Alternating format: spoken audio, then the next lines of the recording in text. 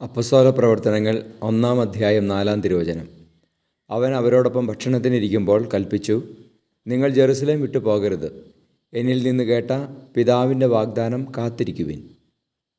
പരിശുദ്ധ പരമദിവ്യകാരുണ്യ ഈശോയ്ക്ക് നേരവും ആരാധനയും സ്തുതിയും പുകഴ്ചയും ഉണ്ടായിരിക്കട്ടെ. ഈശോയെ നന്ദി, ആരാധന, സ്തുതി. Hallelujah, hallelujah, hallelujah, hallelujah. ഈശോയെ അങ്ങയുടെ സ്നേഹത്തെ ഓർത്ത് നന്ദി പറയുന്നു.